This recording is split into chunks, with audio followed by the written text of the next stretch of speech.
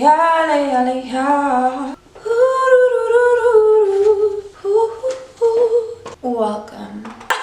Just kidding. Did y'all see the intro?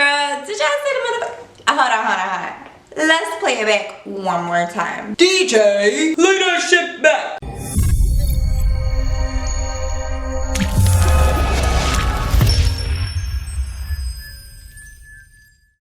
Did you see it that time? Ah! Your girl has a logo.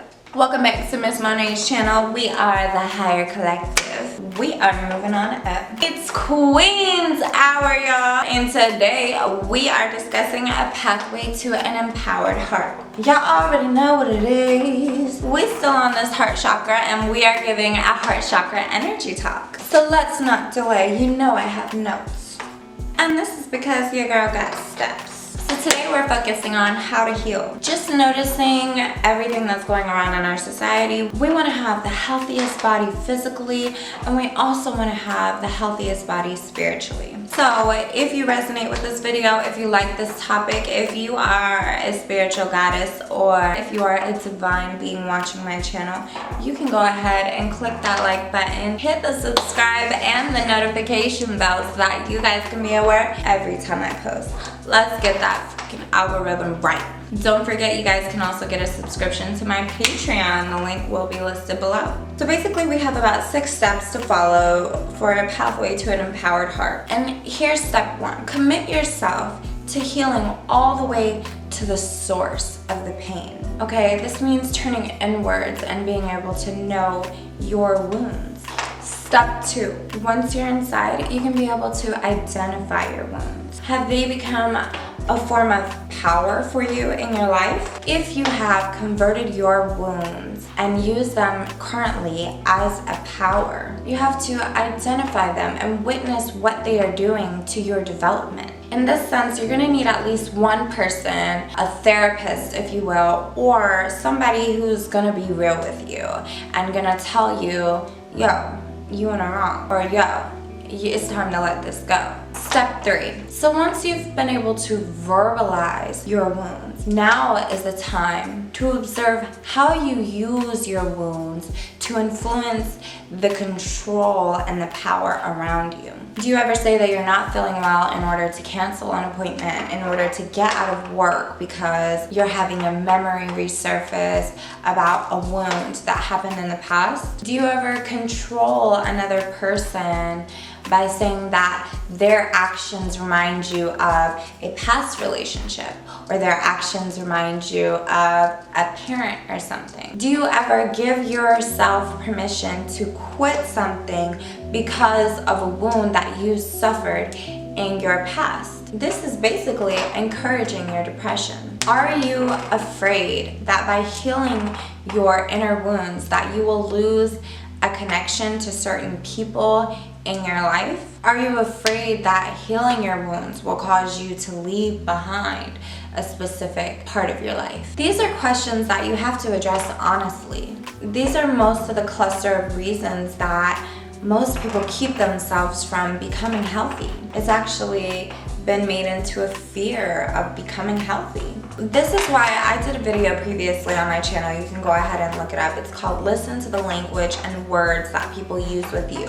As you go through this process of discovering how to empower your heart, you have to take the time throughout your day and listen to the type of language that you use with yourself.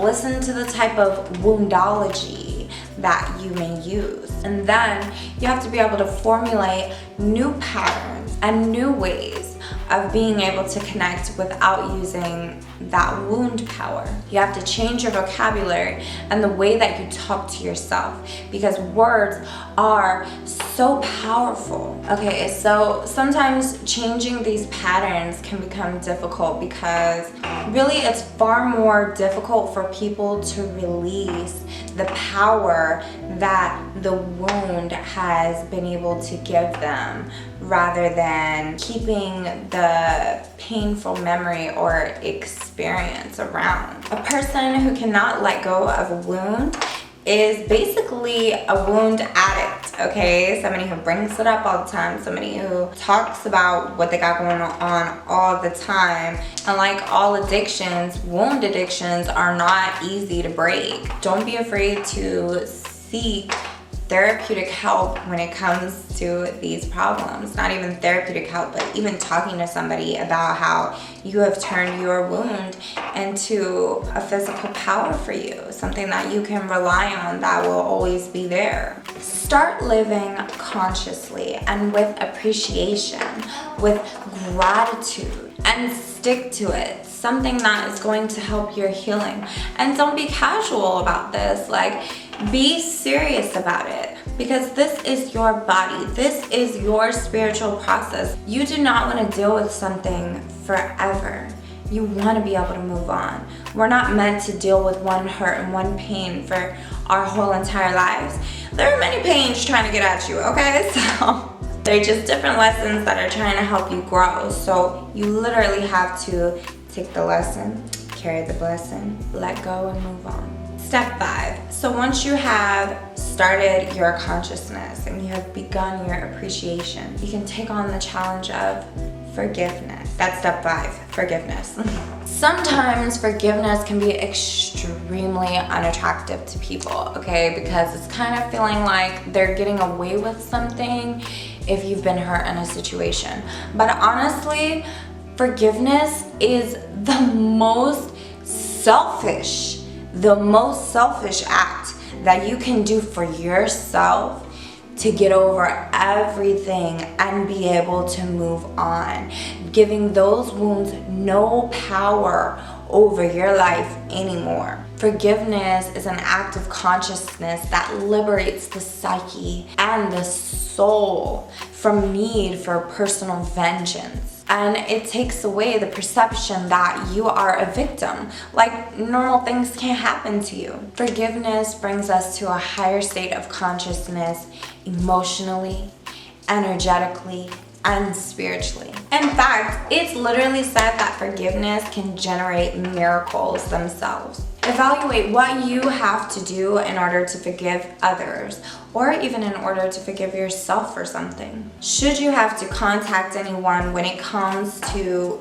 this state of forgiveness, okay?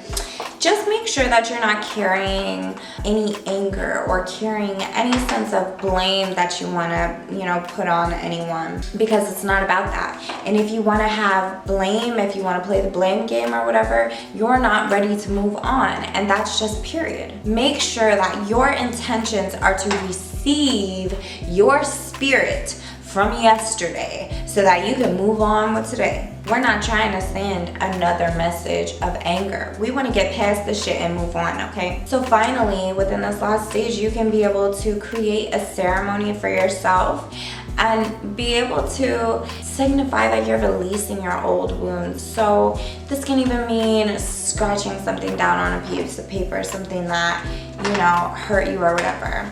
And you can literally start a fire, burn the piece of paper, and just imagine all of that negative energy just turning into ashes and blowing in the wind. And finally let go from your energy, and the weight is lifted off your shoulders, okay? The devil can have it. Make sure that you do something that helps signify for yourself that you are finally having a new beginning. So step 6 is just think love, okay? You want to live in appreciation and gratitude every single day of your life, and invite change into your life just by changing your attitude, just by becoming positive. Keep your spirit in present time. In the language of Jesus, he literally said, let the dead rest and get on with your life. And as Buddha taught, there is only now. So the 4th chakra, the heart chakra,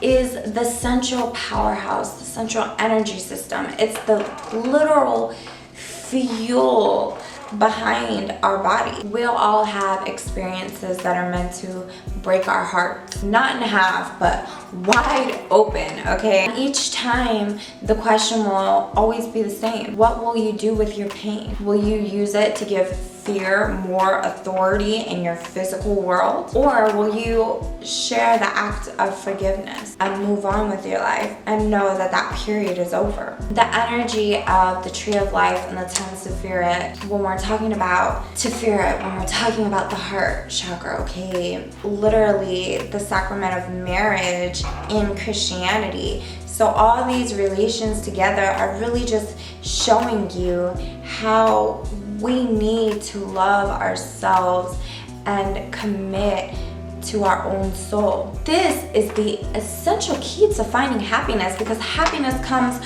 from within you. It does not come from anybody else. It does not come from any other external source. It comes from you and your connection with God, with your connection with the divine. This is the path to the empowered heart. The only path towards spiritual consciousness is through the heart. And this is just because love is divine power. Well, we're done, kids.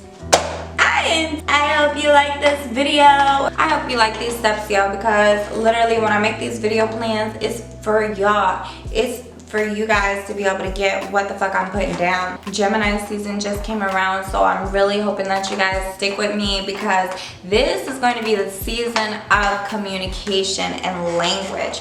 So now these views is gonna be going up because people is gonna be looking at intellect and wanting to get right, okay? So if you guys like this video, give it a big thumbs up, subscribe, like, join the family.